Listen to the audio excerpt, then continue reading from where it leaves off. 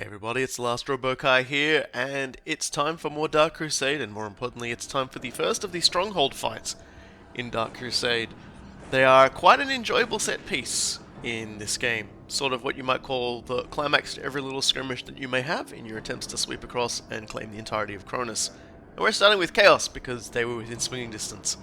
And joining me on this removal of one of the more popular characters of Dawn of War Dark Crusade is Cool Guy. Ahoy hoy! I'm looking forward to this. The Stronghold missions are basically where everybody who was like, but I really like the way that a campaign goes out. This is for you. This is for you.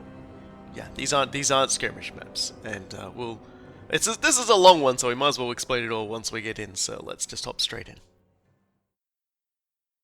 Yeah, so it's time. We're moving straight to attack the the capital of the Chaos Forces, the Deimos Peninsula, which is I guess sounds close enough to demon. Deimos Peninsula. There you go. But it does go through the ritual that was used to open the gate in the first place. And yes, good old-fashioned word-bearer style chaos ritual.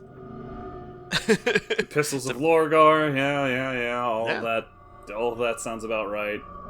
Freaking Eliphas. The word bearers are the established religion of chaos, kind of guys. They like to build their temples. They like to proletize from the big shooting positions. They like to remind everybody that before the Imperial Creed was the Imperial Creed, they did it first, and then they dumped it. The Imperium's just yelling their back up. Did it before it was cool. Lorgar was never cool. Lorgar was definitely never cool. Yeah, and here we go. In a foul shrine in the Deimos Peninsula, lost souls summoned the Black Apostle Eliphas to Cronus. There, the word-bearers raised their black temples and launched their assault on the world. Eldritch energies split the earth with abyssal fissures and remade the lush jungles into a nightmare landscape, pulsing with ruinous energies. A master demagogue, Eliphas made an advantage of the fractious nature of those bent to chaos. Instead of relying on a unified defense, he allowed his champions and cult leaders to establish their own satellite temples, where they could pursue their own dark rituals. Any attacker who hoped to defeat the Word-Bearers would have to run a bloody gauntlet of heretics, including some of the Legion's most veteran Chaos Space Marines. Indeed, killing the heretics on Cronus was pointless so long as the Great War Portal and Eliphas's Bastion remained open. The dark spells of the sorcerers Amphion and Zathus maintained this massive rend in the fabric of creation, granting Eliphas endless reinforcements. So long as the Deimos portal remained open, there could be no victory on Cronus. I think I failed to mention it the last episode, but I really love how much ham this guy is feasting on full time. With the 37 keys of Zinch, we open the way for our brothers. With the 1,000 whispers of Slanesh, we call to them. With the 12 plagues of Nurgle, we fell their enemies. And with the mighty axe of Khorne, we cut open the world for them. Yes, come forth to bear the word of chaos. Hear my warnings, unbelievers, carried to your minds by the power of the Prince of Excess himself. We have raised altars in this land, so that we may sacrifice you to our gods. Veterans of 10 millennia of unholy war wait to grind you beneath the treads of their mighty boots. The chosen of Khorne hunger to add you to their bloody tally. The blood god himself has marked this land and will claim your skulls for his throne. There is no hope in opposing the inevitable. Put down your arms, unbelievers, and bow before the forces of chaos undivided. Whatever you say there, buddy. I think that fairly establishes the word bearers and what they like to get up to. Yeah. Soulless automatons, you cannot prevail against chaos. Your soul is gone. I will destroy you.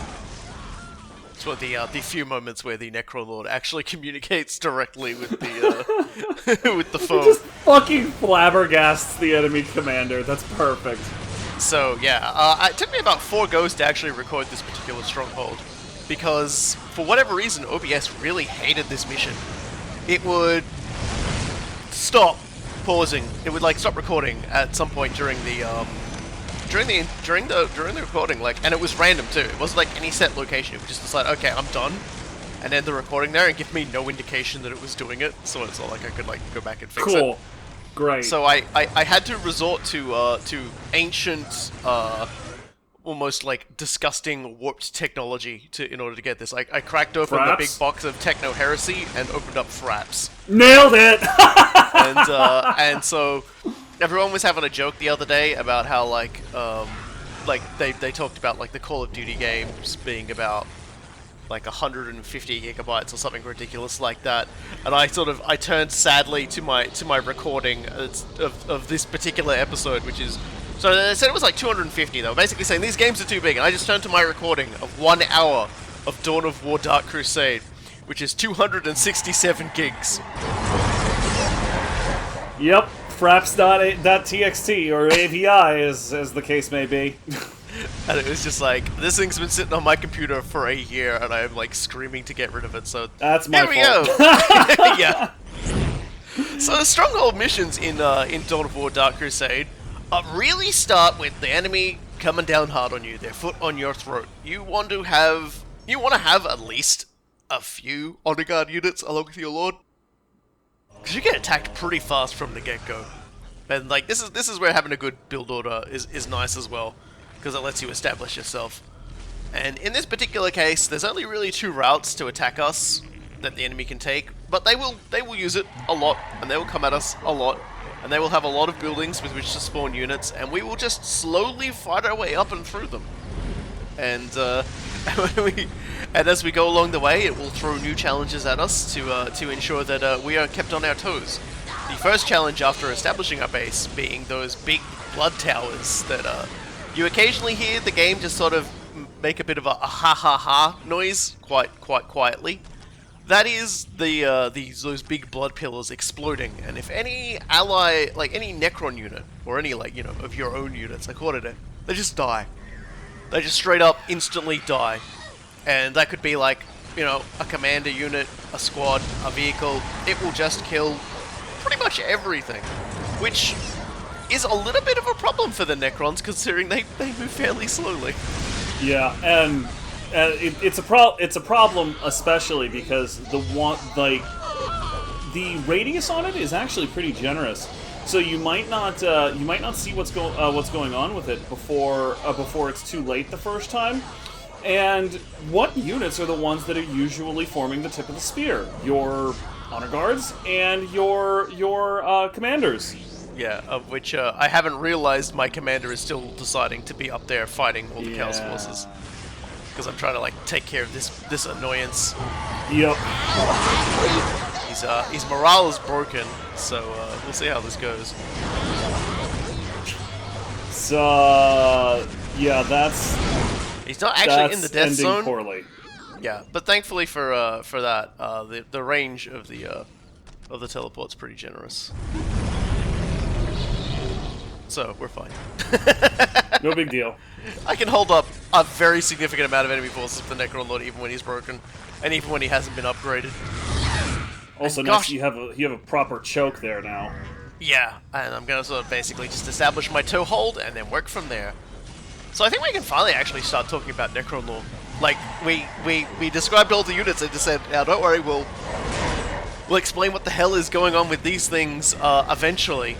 So I guess it's time to start talking about the Necrons proper. I did talk a little bit about them during Winter Assault and their origins, how the design is based on the Chaos Androids, which were originally a original Rogue Trader concept They were the idea that essentially, because the Imperium had outlawed machines due to the war with the Iron Men, as they called it, which, you know, brought humanity to its knees the last time before the Emperor kicked things off.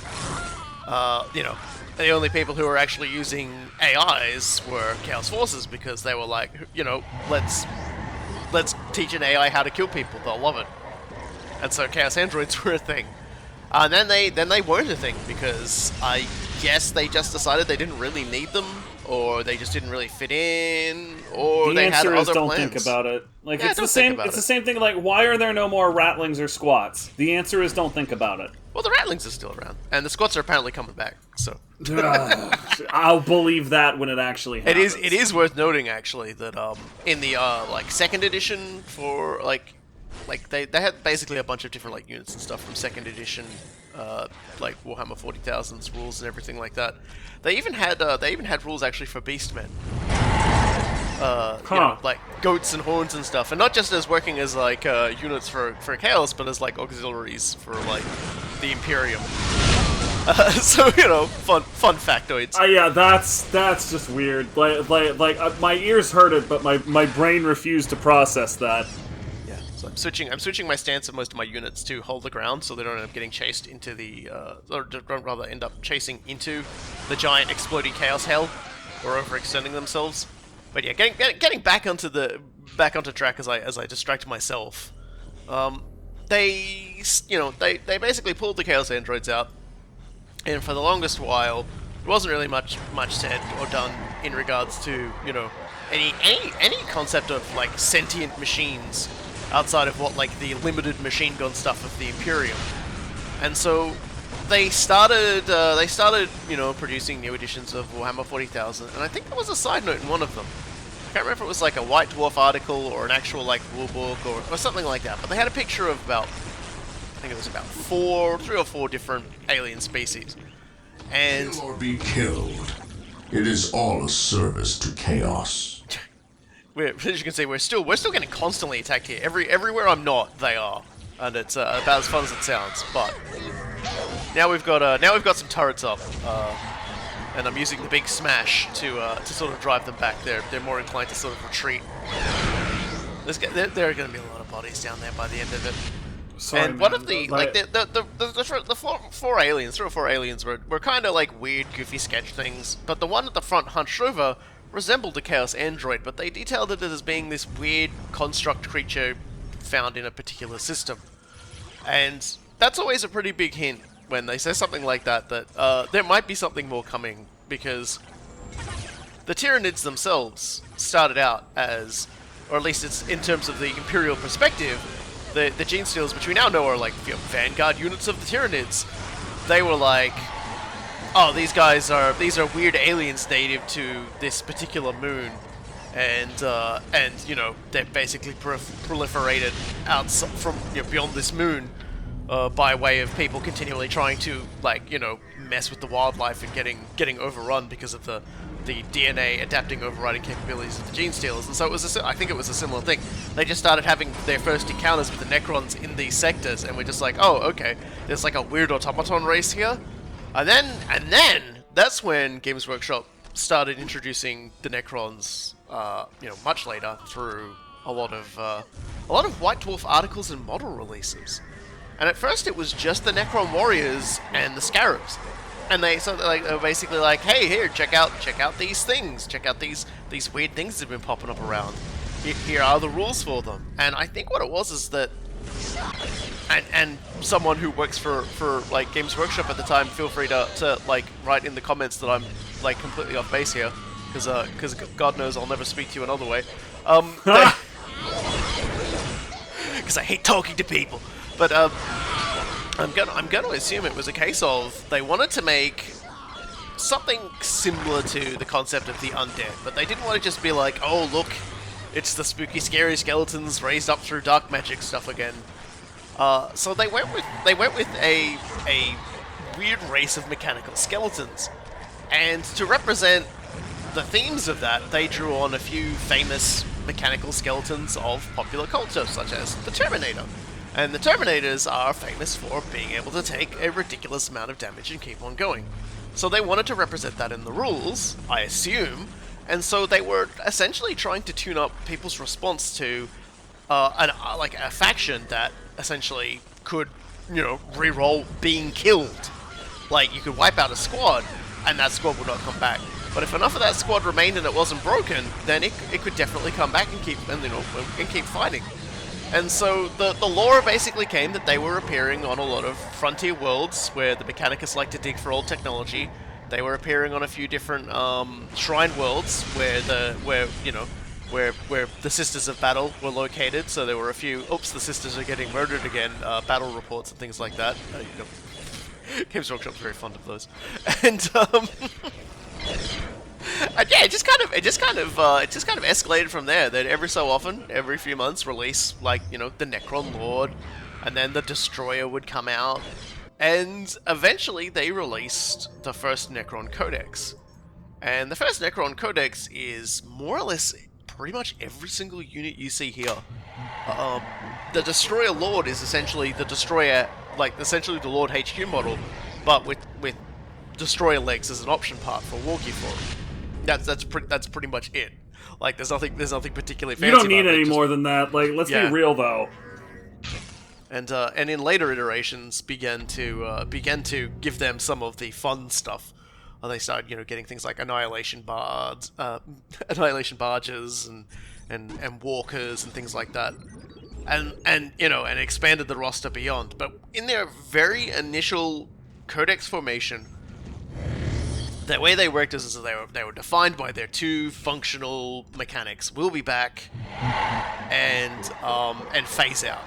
And the idea behind will be back was, as I said before, if a unit is still standing, any unit that was taken out that turn can get back up at the end of that turn.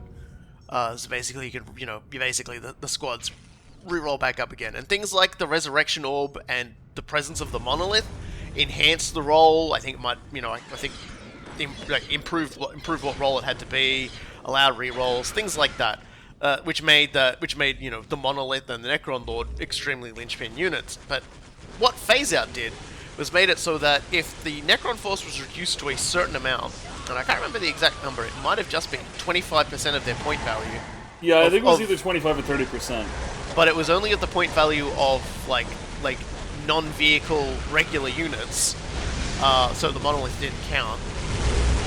I think it's maybe even just be 25% of the general number of units. But regardless, if they were reduced enough, the didn't matter what the scenario was, the Necrons would just pull out, because that's what they did. They came in, they would come out of nowhere, kill a whole bunch of people, and if the enemy managed to actually put up a decent resistance, the Necrons would retreat, and they would leave nothing behind.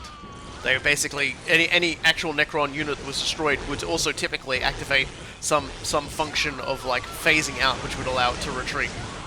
So much going on here. Two fronts, man. You got it going on. It did fairly limit what the Necrons could do in terms of army composition, to where the biggest question often was, can I risk taking two monoliths? That was basically it. They also had these like super special demon, the Catan style of monsters, but they were so exorbitantly expensive you wouldn't take them unless the battle was like a ridiculously high pointage, because your army would phase out too easily. Yep. Like the Catan were extremely powerful, monoliths were extremely powerful, but the risk was you could just lose them. Like, you could just lose enough infantry. If your opponent had enough good anti-Necron weaponry and things like that, then screw you, you're dead. You lose the game. It doesn't matter how well you were doing at the time. One lucky shot towards the end could turn it around. Burn your false idols to ash. Of course, there was also the entire flip side of the coin, where a few lucky rolls on your part could get something like your critical squad of immortals back up. Yeah. Right. So like it definitely cut both ways at the time, and I was only really paying attention to the tabletop around the time that they came out. I haven't played or shown any real interest in the tabletop for a number of years. But both of those mechanics have been largely revamped. The resurrection portion, I now think pretty much only applies to the squads that you see having them here. So like the warriors will do it. The flayed ones will do it. But and the immortals will do it. But for example, the pariahs will not do it. I'm pretty sure it doesn't apply to them anymore. And then phase out. I don't think they even use that anymore. I'm not 100% it's not really sure necessary. though. I believe they've managed to iterate enough on the Necrons that they're way more balanced now, and they have enhanced the roster out now as well, so that they have it's a bit more balanced out, and they want you to be able to play with more of these toys. So I'm just taking care of this particular forward base because it does spawn a lot of problems, but also has access to the big old power event there, and we do so like power here at in our Necron army. Friggin' need quite a bit more space anyway. Still at 80% build. Like, what is that? Like a Necron is half a Necron if he doesn't have 100% build speed. Yeah, and that's simply because there's no point except nearby except down there. Yeah, you have taken all of the strategic points that have been reasonably offered to you. All 2 of them. Good. At the very least, see, it's gonna get dicey again. But I can teleport my troops back if it gets too dicey. I just send these guys, I send these guys up there. I'm just like, whatever, you guys go do stuff. Good enough.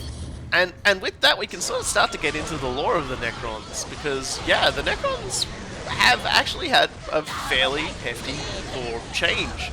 Yeah. When they originally started out, they were essentially devoid of all personality. They were kill robots that would come out of nowhere and absolutely just make your day very unfun. And that was it. Like they were the entire backstory of the Necrons goes like this. Long ago, before humanity stopped sniffing each other's butts, before the Eldar or the Orcs even stopped sniffing their own butts, before any of these factions existed, the old ones, the creators of many of these races, were just tooting around in space, doing their thing, enjoying life, living for forever, and they came across this particular region of space where these people called the Necrontyr lived.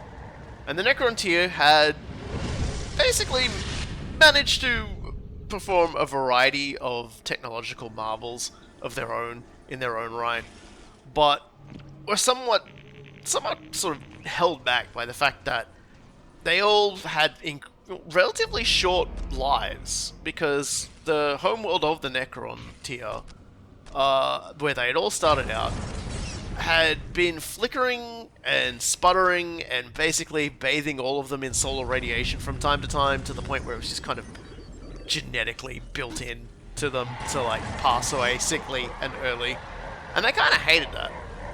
And so even though a lot of them did manage to sort of spread out outside of their system into other regions and form their own dynasties and the like, they still were just they weren't able to live long enough, and for they were trying to secure dynasties. Imagine being a guy who's oh yes, I am a Lord Super Tech, and my reign will extend for another 20 minutes because I have space cough.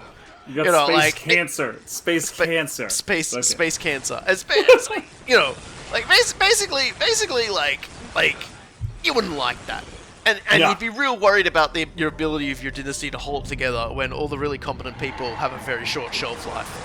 Which is, amusingly enough, not the only faction that has that question raised, but has a completely different answer to it.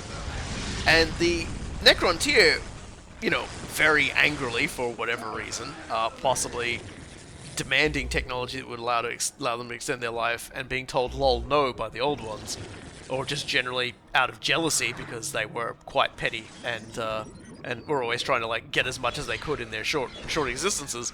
The Necrontyr took some swings at the old ones, and the old ones naturally responded with, okay, well, we're just gonna avoid you guys. I don't really want to fight you guys, see you later. And that was embarrassing, to say the least, for the Necrontyr. So they continued to try and angrily science their way through their problems, and they discovered why their sun was dying. And the reason why their sun was dying and sputtering and bathing them in cosmic radiation and basically just ruining their entire existences is because an otherwise imperceptible but incredibly vast cosmic life form, which is like essentially like scattered so widely apart that it's even its sense of perception was just like it couldn't perceive anything except food to eat. So this cosmic star-eating something was eating their star and had been eating and absorbing it for quite some time. And so naturally, like the absolute psychopaths that they are. It's not a nice way to say this. Like, look, I'd be pissed if too. someone proposed this to me, like, let's do, you know, we're sitting in the Necrontyr, like, you know, like, there's a little guy over there in the corner. You know, we're sitting here in the Necrontyr lab. We're like coming up with proposals to put forward, and like, and Johnny Sekhmet stands up and goes, "Hey guys, I figured it out. Check this out. Here's what we can do. We'll use our incredible armor technology, because we've got this really cool moldable armor that we've made, you know? Like, isn't it really cool?" And like, yeah, that's really cool. It doesn't help us live any longer, but man, it's really cool. And it's capable of doing so many things. Yeah, the necrodermis metal. So let's use that, and let's get that giant cosmic space thing, condense it down, and put it into that body so it can perceive us. If I would pull out a pistol from under the desk and I would shoot Johnny Sekhmet right there, and then I would step up onto the table, walk over the table to where he is like slumped in his chair, and then just empty the rest of the gun into him. And sadly, because I was not there, and no one was able to stop Johnny Sekhmet from enacting his plan, and everyone went, "That's actually a really good idea." Short-lived lives, having not learned the lessons of probably a few generations ago. Honestly, this kind of reminds me of one of the just like pulp crap, like for like totally for fun books that I've read recently. Is called Fletcher Connolly and his reluctant ventures on the Interstellar Railroad, and basically the entire book is about a really dumb Irish dude screwing up everything on an interstellar railroad that's basically like archaeotech from some fallen civilization.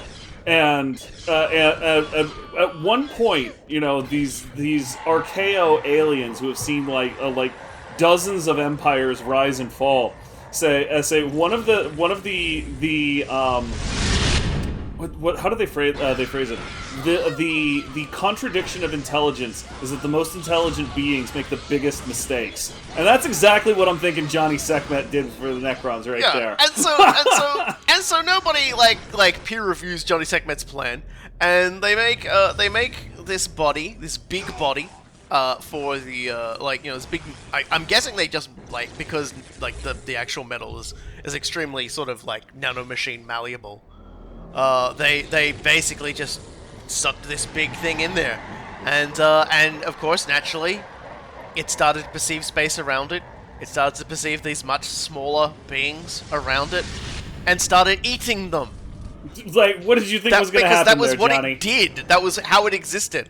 And it wasn't until, like, the last few were screaming and begging, and it realized it could communicate with them. Like, it had never encountered something that actually, like, except maybe its own kind, if it even perceived its own kind, and was like, oh, hey, unfortunately for them, it was also the Nightbringer. Yeah. You know, the Grim Reaper thing that we can transform a Necron Lord into. That was the first of the Catan. And the Catan essentially was like, oh, you know, that's good, that's cool and all, okay. You want me to fight your enemies? You want me to give you power to fight your enemies? Yeah, sure, I can do that. And they got more and more of the Catan into their bodies, and you know, they all turned out to be just as extremely deranged and murderous in very weird and wacky and wonderful ways. And when they realized how delicious the old ones were, they were all for it. None can stand. Smorgasbord. I mean, it wouldn't be a chaos world without the fucking bloodthirst. And it also wouldn't be a traditional freaking campaign map, like, because that's effectively what a lot of these Stronghold missions are. Yeah, This is basically like the campaign maps that you might otherwise miss, but like some sort of like random like hit in the back. Like you've already had one because you had, you know, 2 approaches and you were fighting on 2 fronts, but there will probably be another one. I'll be honest, I don't remember this this particular mission that terribly well. I still don't understand what the hell was going on there, but he's we want to take that middle thing anyway, so he's going to be guarding it, I think. Cool. So the Catan managed to trick the Necrons into willingly giving up their bodies and their souls to allow themselves to be digitized, because apparently the Catan are now able to, with their consciousness much smaller, probably were just able to figure these things out a lot quicker.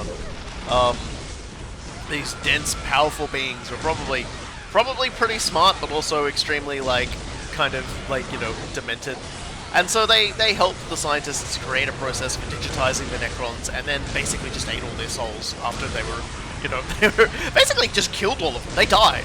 All the Necrons are dead. What is remained is data. And in some cases, completely incomplete.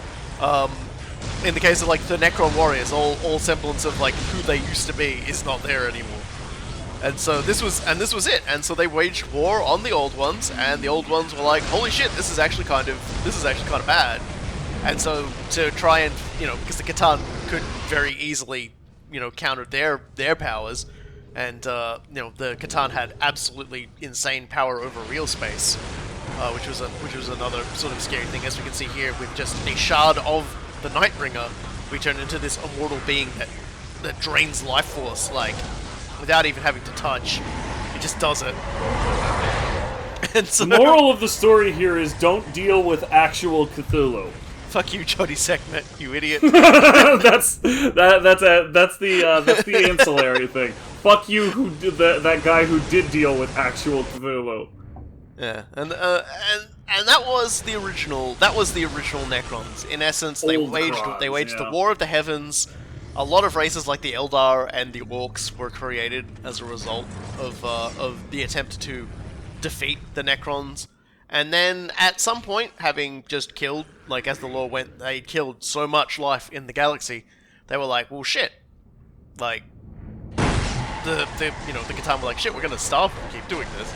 So, the Catan went, okay, well, let's just put all of our boys to sleep. So all the Necrons went to sleep to await the time that the world was full of life again. And woke up to found that the Catan, either during the time they were awake or after they went to sleep, had essentially started devouring one another in their hunger, and and then a lot of their tombs had been destroyed by the Eldar, who had basically like, well, we're not going to wait for these guys to wake up, we're going to be very carefully guerrilla warring what they've got left. But still, the planet was full of life. There was like a giant hole in reality now, up in the corner of one area. A lot of their star maps were incorrect, but it was still, it was still there. It was still recognizable enough. Yeah, it kind of makes sense, I guess, if you squint really hard. And that was the Necrons, Like they weren't really that many Catan left. The only ones that you actually had rules for the longest time was the Deceiver and the Nightbringer. And the Deceiver is a form that you can acquire as the Necron Lord in Soulstone, and as an option, as an option opposed to just being able to become the Nightbringer. And then you've got and so essentially they were just solid things that would, oops, your world has Necrons, or your adjacent world has Necrons. They're mad. They're coming for you. Have fun with that. And that was it. That was all the lore that they had. Beyond that, they did not speak. They did not engage in diplomacy. They were, they were essentially things that nobody liked to deal with. They did not have any warp powers. They just have extremely powerful technology that is almost reminiscent of, essentially almost reminiscent of magic. And the only named Necron Lord was simply just called the Storm Lord. And so, that was it. And I guess they realized that wasn't enough for them. Games Workshop were like, you can't really take that much further than that. Like, it's cool and all, but it's like, what if you want to like add a little bit more personal flair and personality to your forces? And this is where the main division comes from a lot of people, because there are a lot of people who are like, I hate the new Crons, I love the old Crons, as they're often called. And then you get the people who are like, no, I like it the other way around. And then there's like, and then some guy in the back goes, I think Johnny Seckmart was right, and then everyone just turns. Then everybody shoots shoots that guy. Everyone just starts like holds that guy down and just beats him up. I mean, to be fair to the old Kron folks, because like if you're just getting introduced to this, one of the things you might be saying is, you know, yeah, that's incredibly limited. How could you go against the idea of you know, developing past that? And one of the primary answers is that the meme game surrounding the old Crons was insane. Projecting some of the ideas onto these relatively purposeless and soulless machines, got really funny at times. Like one of the most popular interpretations is that the Necrons were really just tired old men who wanted you to fuck off their lawn. As anyone who played me in multiplayer can attest. Yeah, and particularly when anytime you had like a popular movie come out that had an old man, like when Gran Torino came out. Forget when that movie came out. It was like friggin' 2009 or some garbage like that. When Gran Torino came out, there was an entire wave of just Gran Torino as Necron as Gran Torino, and all like that Clint Eastwood in that movie, and it was funny as fuck, and there's a purity to that, and when you start building past this sort of old Kron mythos, you lose that purity to some extent. Now, if you're gonna pin me to the ground, I'll definitely say that I'm a big fan of the new Kron stuff, which I'll leave to Robokai to explain because he's gonna do it better than I will. Just because, you know, I've been an enthusiastic consumer of stories and books for, you know, the vast majority of my life, and as great as the meme game is, there's only so many stories you can tell with it. That said, Games Workshop did make up for the loss of that meme game by producing quite possibly the greatest meme bastard in the history of of 40,000. We'll get to it. We'll get to that. We'll get to Traz in the Infinite soon enough. Don't worry, everybody. Oh man. So they made some changes in later iterations of the Necrons. The most important being is that there was a unified king of the Necrontyr. The dynasties were always trying to sort of get out from under him, but they always had a particular leader who was most commonly referred to as the Silent King. And ultimately it was the decision of the Silent King to, you know, basically digitize his entire people, himself included, with the caveats of certain people being you know, the higher classes, you know, getting the better bodies, the better RAM, that sort of thing. You cannot ram into RAM slot, okay? And so, as a result of this, he basically watched as his people turned into these machines, as their souls were basically smoked up into a pyre that the Catan just gorged themselves on before engaging in the war with the old ones, and saw how his people just sort of, you know, marched on, having lost their souls and everything like that. And it was just kind of like, I think I fucked up. Like, the war against the old ones, they sort of retconned to being not just because out of a general hatred, but also just also being a case of he felt like a unified conflict would keep the Necrontyr from fracturing into different factions. But as the war drove on, it looked like they weren't doing so well, that, you know, that was exacerbated again. and so the only way to keep in his mind to keep the Necrontyr together was essentially to unify them so that they had to obey his will. And he had enough RAM that he had a capacity for guilt. And when the conflict sort of subsided with the old ones, the Catan were suitably enough weakened that he was able to turn on them. Because, being the silly sausages that they are, the Catan did not program these digital beings, so they did not include the laws of robotics. So they were turned on, and the accepted the Black Testament. So will you.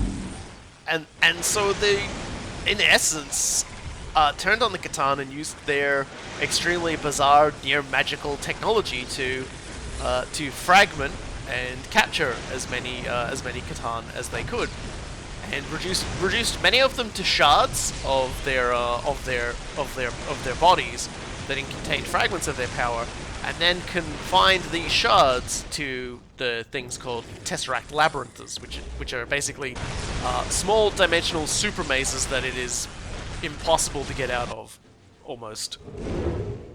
There's in practice it is, unless the narrative demands that you make your way out. When the narrative wants to laugh at you, that's just what you're gonna have to put up with, my friend. So that's sort of the thing that they went with after that, and it did enable them to, in turn, on top of that, add a bit of personality to the different leaders. The Silent King himself tooted off into space after putting his people to sleep, and he floated off into space, hoping to try and find out there in maybe another galaxy a means to get his people their souls back or give them new souls. Only during the journey he bumped into the Tyranids and was like, I gotta go back! It's so freaking good! It's like the Silent King died on the way back to his home planet, only didn't really die. But that's almost literally what happens. It's fucking great. He goes to leave, encounters the Tyranids, turns around and goes back. And discovers in turn that the galaxy that he left behind is teeming with life of many different varieties, with lots and lots of souls, and he's like, well, maybe I can work with this now? Maybe, now that I've actually got, a petri dish to work with, I can actually sort of work towards this end. But the Necrons are still a somewhat divided people, because obviously he hasn't been everywhere. They didn't immediately go, oh, he's the Silent King, either. The Silent King was a more sort of recent development after that. After the shift to the Necrons, I think they still had another edition before the Silent King came into being as a concept, and in small part having ended up encountering the Blood Angels and actually working not so much with them, but generally sort of not getting in one another's way when they tried to fight off the Tyranids. They more worked at parallel purposes than they worked together. Which was something that wouldn't have been possible with the old Necrons. Right. Because that's simply not what they do. There's very grumpy robots who wanted you off their lawn. Yeah, there was a little bit of lore in some of the old stuff where a Tau world was being attacked by the Tyranids, and then the moon just fucking activated and destroyed all the fucking Tyranids. And when the Tau were like, oh, let's hold a feast for our saviors and ask them if they want to join the greater good. And then they got slaughtered too, because that's how they worked, and it also allowed them to do things like build the World Engine, which was a giant planet. It was basically a Necron Death Star that flew around, trying to basically just blow everything up. Why? Don't question it. The answer is don't think about it. They built it back in the day, and they decided they really wanted to keep using it, I think is the thing. And just taking the old jalopy out for one more joyride. Yeah, and ended up the Astral Knights ended up sacrificing pretty much the entirety of their chapter to destroy it. Essentially, ram raiding it with a battle barge, and then just disgorging the entirety of themselves off and just overloading every single reactor they could, until finally managing to pull it off. It's a pretty cool story. I like the Astral Knights. Yeah, the Astral Knights went out with a literal and figurative bang that is worthy of a Space Marine chapter. Yeah, if you're gonna go out, go big. And so it allowed this concept of Necron lords being much more autonomous, allowed them to give them personality. And they could give them personalities in ways such as, well, what if the whole thing about their brain data don't work so good? You know, what if they're like, you know, what if there's damage? What if they don't realize they've been turned into Necrons? What if they're still like, you know, reliving their past on cycle boot? Like, how would that function? Like, what would be the reason why, like, a particular Necron lord would be an excellent commander? Just, you know, things like that. And so they came up with a variety of different characters, which I think we might save for a different stream. That is absolutely like you everybody at home. That one particular image of that one like dude in shades who is like holding a very scared woman's neck, and the entire text is just some rambling thing where he keeps screwing up where to start his story. That's like literally all of Warhammer 40k stuff, and like there's certain things we just have to chill on. Yeah. Plus, I haven't actually got my Necron Codex up here with me. Which was like the one that came when they became the Necrons, the first instance of the Necrons, and they, like, you know, so it's the first instance of Trazyn the Infinite and the other ones, and so I figured I'd you know, when it was time to talk about them, I'd bring it down at the very least so I could be accurate to their original stories, or at least pronounce their names correctly, and and maybe talk about some of the things we don't get to see in this game. They've gotten even more units since then too. So even like what we'll have as a things to talk about from that list is still wildly divergent. The units that you can rescue in this stage, getting back to actually talking about the Stronghold for a moment, they will join your forces and act as honor guards only for this stage. Now and forever. Yeah, I believe they basically choose like the two cheapest. Yeah. But so like Necron units you Warriors can get, and then give them the honor guard upgrades. Like we discussed how the honor guard upgrades worked in the first episode. So it's generally worth your time to grab them if you're struggling. But I mean, the big problem with the design of this particular stage is that to get over there. And especially to keep your holding secure while you get over there, you need to conquer a majority of the map just to arrive there and free the units. And if you've conquered a majority of the map, like, I'm just gonna throw it out there, you've also conquered a majority of the challenge. Yeah, at the very least, though, we're going here so we can get our monolith. Which, as you can see, I have once again built closer to the enemy because I'm not driving that slow as fuck jalopy all the way back up to the front from down below. It's just not happening. There are certain untradables in this game, and driving a monolith further than it needs to be driven is one of those untradables. Like, you just don't do it, man. You just don't do it. Yeah. So while a lot was lost in the change to the new Crons versus the old Crons, pretty much every single unit remained except for the pariahs, and we'll talk about that now. The reason why is that the pariah are units of humans in exoskeletons, as I said. They're sort of necronified, but not really. There's like still human meat in there, but they've just been encased in bodies. But the reason why they're selected from amongst humanity is the pariah gene.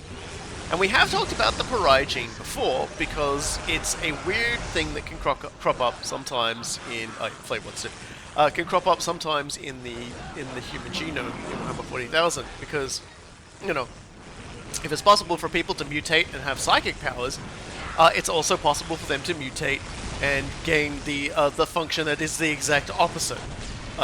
So what the reason why they tend to be called pariahs is that most people find them extremely off-putting. You know, they describe them as having a strange smell about them. Like, they become literal pariahs and like in society because people just think there's something off about them, and that's why it's called the pariah gene.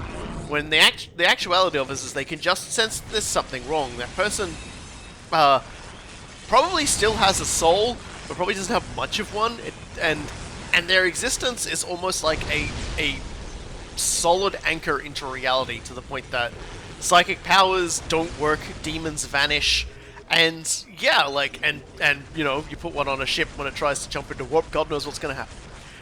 Bad things for sure. And I don't want to think about it.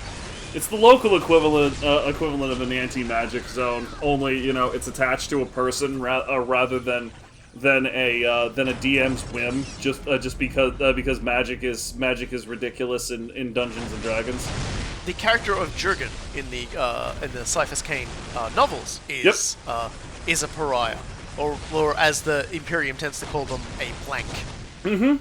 He's essentially somebody who everybody's just kind of like feels weird about, but because Cyphers Kane is the kind of person who doesn't really look down on other people, he will always make note of like Jurgen's weirdness and unsettlingness, but at the same time, it's like he will brook no like countenance to him being there. He's like, no, he's gotta stay, and that was even before like he realized like that Jurgen. Well, I don't think he ever actually realized it. I think it was the Inquisitor who hangs out with Cyphers from time to time was like, I'm pretty sure Jurgen's a blank. Like, I'm pretty fucking sure he's a blank. And then there Inquisitor Gregor Eisenhorn, who has one of the most famous famous omnibuses in the Black Library, also had a blank in his retinue, who was, if my memory is serving me correctly, Elizabeth Beckwin. Yeah, Elizabeth Beckwin was her name. So they do get around, and also the Officio Assassinorum, the House of Assassins, who kills everyone, also have a class of assassin made up of specially trained pariahs who channel their blank nature through a powerful weapon known as the I think it's like the Animus Speculum or something, but it's basically a giant piece of headgear with like a big bazooka on the side of their head. Essentially, and it just basically like raw like reality spews out of it, and just like it's primarily used to kill particularly powerful psychics, and also the Pope. Also the Pope, yeah. The Tau They Pope. definitely used the skull gun on the Pope. And so yeah, so the idea originally was, when the Necrons started popping up, was that they were also making use of pariahs, seeking them out and harvesting, and implied that they were the ones that put the gene there in the first place. Mm-hmm. That's since been retconned out again. That's not something they talk about. I think they might have just decided maybe we don't need like more of this. Everything that like happens to humanity is because somebody else meddling with them, kind of thing. There was one of the big problems I'm always gonna have about the Catan, as they were in the old Cron version, is that they still just felt like real space chaos gods. Like, right. Like particularly the one called the Deceiver. Like, for me personally, when like the idea behind the Deceiver was, oh, he's a trickster. He makes people take on bad deals, or or like challenges and things like that. He enjoys people dancing in the palm of his hand and stuff like that. And I'm just like, we've got like about 5 characters in Warhammer 40,000 already that do that. And I think like 2 of them are gods already. It's not even just Tzeentch. Like everybody's thinking Tzeentch. There's like the Laughing God. Yeah. There's like, it's like, no, we don't need another one. And so I think Games Workshop kind of might have realized that as well, or at the very least realized that the Catan were still had value, but they would keep them around as sort of like a possible oops, we let that loose thing, everything's going to go really badly concept instead. And I can't like that. And the only, like, they've since added a few other lords as well, which is kind of interesting on Catan, I should say. But the original 2 were just the Nightbringer and the Deceiver. We have since had the Void Dragon, who was apparently had more of an affinity with machines, and so like the Void Dragon gets mentioned actually in the Stronghold for this one, and but no aspect of the Void Dragon had ever been seen. My warriors, I have many more. I'm sorry. We're just sitting here chilling out. Your monolith is just casually nuking the entire freaking map. I had gotten this down to a science by this point. I'm just gonna say that. This was the fourth attempt to like get the goddamn thing to record. So I you know, and even then this mission still takes forever. But it was just like I knew exactly where to put my things. I knew exactly where to put the monolith. And eventually I will get sick of this and just like teleport the monolith past everything because I can do that. You already did it once. Well, sort of. You can just kind of see it doesn't really care about what's happening. It's just like, yeah, no, cool, bye. And Good luck with the casual sex. Yeah, and so there was the Void Dragon in weird lore. Obviously, originally it was the whole Void Dragon, but I think now it's just a shard of it. Resides under Mars, and this was like a revelation in the Horus Heresy novels, particularly like the one about the Civil War that the Adeptus Mechanicus started to go through when the Horus Heresy kicked off, and they sort of revealed that like long ago the Void Dragon came to Earth and, or rather came to the solar system. And the Emperor beat it up on Mars, which makes more sense if it was a shard. Although I think at the time they all suggested it was horribly wounded by one of the ancient Eldar weapons, that are typically called the Blackstone Fortresses, but are more typically known as the Thrones of Vol. And like one of those was like crashed into Cadia, specifically to destroy the entire planet. Like, so you know these things get around. I've still got my hand on the back of Cool Guy's neck, going, no, but hold on a second. Yeah, exactly. There's always so much to talk about. There's 30 years of stories. The implication being that the dreams of this, you know, sealed Void Dragon, or shard of the Void Dragon, is what has given the adepts of Mars their sort of machine affinity, not only for creating, but also just for analyzing and figuring how things work innately, without having to like get out the manual, you know, because all the manuals exploded back in the day. And so, yeah, we're almost to the end. You've got to destroy the actual gate itself. You don't destroy the HQ, you got to kill the gate. We'll get to that. It's actually got multiple segments too, which I think is really cool. But yeah, and the last one is the Outsider, which for whatever reason, and I still don't think they've ever explained why, except that he might have eaten too many others and gone crazy, is contained inside a Dyson sphere outside of the galaxy. A Dyson sphere being basically a giant planet-sized egg encasing something typically planet-sized inside of it. And it's usually not a bad scene, not a good scene when the Dyson sphere gets involved. Although there are a few games about making them, actually. Yeah, I was like sitting here deciding whether or not I should actually. We don't have much time left. For actually, we're about to witness the end of the stage. Unfortunately, we've got probably about another 22 seconds. But yes, there are games where you make them as well, and I think they've appeared in like a few Star Trek things as well. And yes, everybody watching this, I have been told that I need to play Dyson Sphere program. I know that it's straight up my alley. I'll get there eventually. I will get there eventually, I promise. There we go. Chaos complete.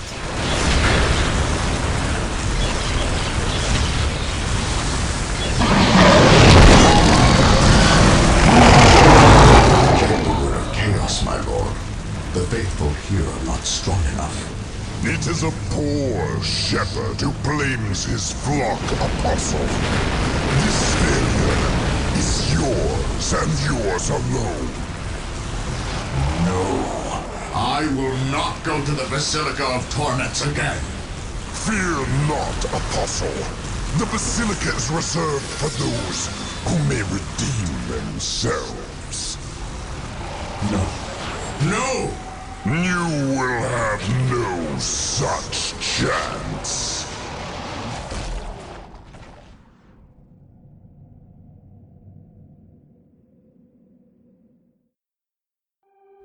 In the most ancient of Eldar myth cycles, there are tales of the Necron's bloodthirsty deities clashing with the powers of the Warp. Thus, the Necron assault on the Chaos Stronghold was something of a reenactment of that prehistoric war. The merciless wave of the material Necrons clashing with the unbridled madness of the Immaterium. Despite black sorceries and the rage of foul demons, even the traitor Space Marines could not stop the unending tide of Necrons. The Nightbringer's servants remained in Deimos for some time after their victory, seemingly focused on purging the very soil there, which had been tainted by the power of the warp. Necron Goss weaponry atomized every last Chaos Temple and artifact left, not to mention all the corpses and the unfortunates who survived the initial attack. By the time the Necrons moved to their next target, the peninsula had become a scorched desert of ash and dust. But yeah, that was the canon death for Eliphas. He was killed, but his soul was kept for tormenting purposes, and Abaddon had it plucked out so that he could make use of him in Dawn of War 2: Chaos Rising. So it's kind of an interesting thing there that went there. So yeah, that was the Stronghold. Chaos is out of the game now. They still have some territories, but they do not have any means to actually go capture any of it. And the Necrons keep on marching because there's still work to be done. There's still people to kill. And this is very frequently taking your first stronghold like this. I mean, is frequently considered a major turning point in the campaign, simply because capital provinces like these tend to be very rich. Yeah, very rich. Yeah, they're good for your funds. They're good for your momentum, and they help you keep that region a bit safer, because now I don't have to worry about Eliphas trying to backcap my regions while I'm fighting someone else. Right. Which, of course, is something I'm going to have to put up with the other guys, because I'm going to start heading off northwards towards Lucas Alexander. And that's where the next episode is going to take us. We're just going to start conquering pieces of land and trying to smother ourselves in it so that we can keep the real space murder going on. And don't worry, there's still way too much to talk about when it comes to the Necrons. We just did a little bit of the surface scratch on this one. There's still way more to talk about. So with that in mind, I have been the last Robokai. And I have been Cool Guy. We'll see you all next time with some more Dawn of War Dark Crusade.